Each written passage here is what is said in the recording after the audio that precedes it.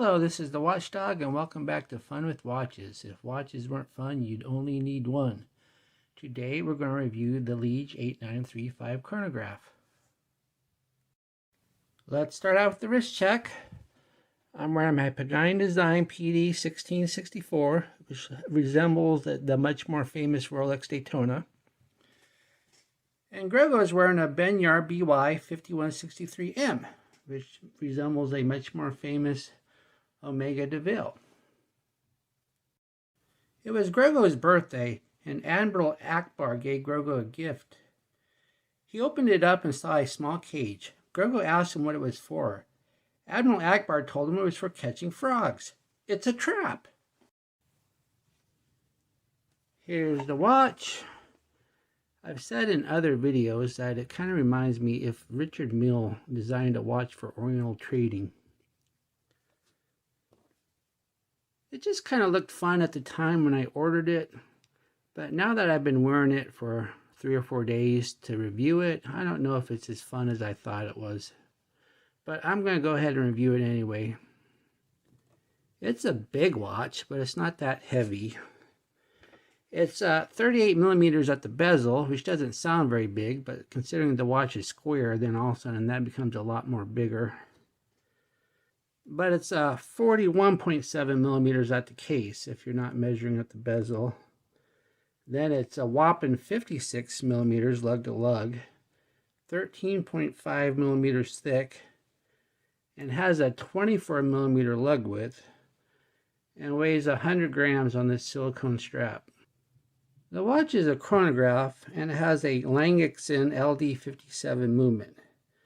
And it seems to be a better movement than the LD53 on the Benyar I reviewed recently. This one also has the chronograph hand as a subdial, but this one doesn't bother me as much because there's no tachymeter. And it doesn't have the useless 24-hour indicator that most cheap 3 subdial chronographs have.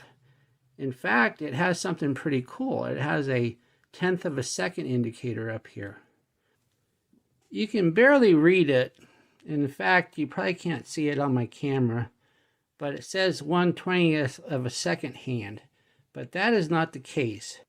This subdial spins once every 2 seconds rather than once a second, so it's really 1/10 of a second indicator. And they have it adequately scaled. They have 0 through 10, 0 through 10. But unfortunately, there's no markers on the actual hand there. It's just this little wheel here. So there's no way of telling what it's pointing at. Here, let me show you.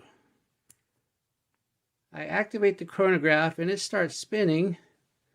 And there, see, there's the second hand ticking. Then I go ahead and stop it. And where did it stop? Everything's white. So you don't know. So it's completely useless. And that's very unfortunate because it was one of the cool things about this movement. Also, the chronograph pushers, they have to be pushed really hard. If you just kind of tap them, they will not. See, if you just tap it there, it didn't shut off. You have to really hold it down to shut it off. And you have to really hold it down to restart it. See, just a simple click doesn't do it. You got to really press. Now, on the other hand, resetting the watch didn't take much. The crystal is a hardened mineral glass. It has a sign crown, but the crown action is bad. It takes a long time to, when you start spinning it in the other direction, it takes a while for it to catch up and grab the hand. And when then you get the hand where you want it, and when you press in the crown, it jumps a little. It's not near as bad as that LD53 in the Benyar I reviewed last week, but it's not great. Now, one saving grace is, since the minute indicators are so far away from the hands, you can't really tell if you get it wrong.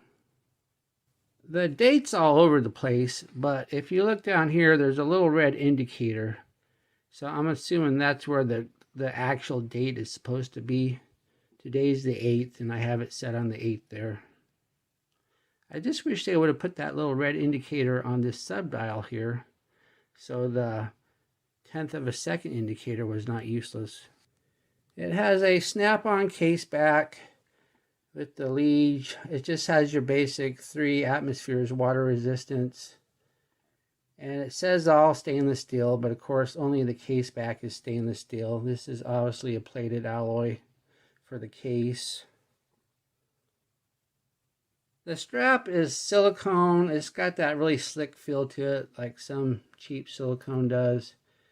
And once again, it's a 24mm strap, so you're kind of stuck with the strap that it comes on. Of course, this big colorful strap is part of the appeal of the watch, so you probably wouldn't be changing it anyway. Here's the watch on my 7.5-inch wrist. As you can see, I can barely pull this watch off. If you have a small wrist, I would not recommend it. If you look at the strap, I'm about in the middle of the notches. So you could wear this if you had an 8.5-inch wrist, no problem. But if you had a 6.5-inch wrist and had to use the very first notch, I think it would just completely overhang. Here we are in the Lume room. I'm kind of surprised that this watch even had Lume, but it does, so I might as well show it to you. Let's go ahead and give it a good charge. Now this is a super affordable watch, under $30, so you usually can't expect great Lume for that price, but let's go ahead and show you. Shut off the lights. And there it is. As you can see, the minute hand and the hour hand is loomed. And oddly enough, the 1/10 of a second indicator is loomed.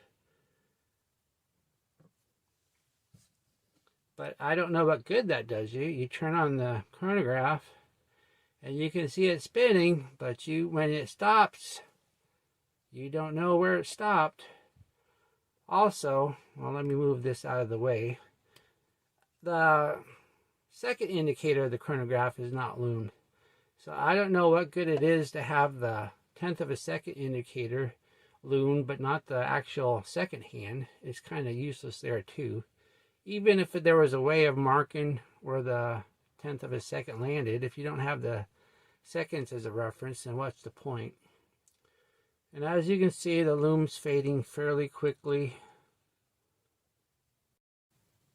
What do I like about this watch? Well, it's colorful. It's something different. I mean, if you feel like wearing something loud, you can't get much louder than this.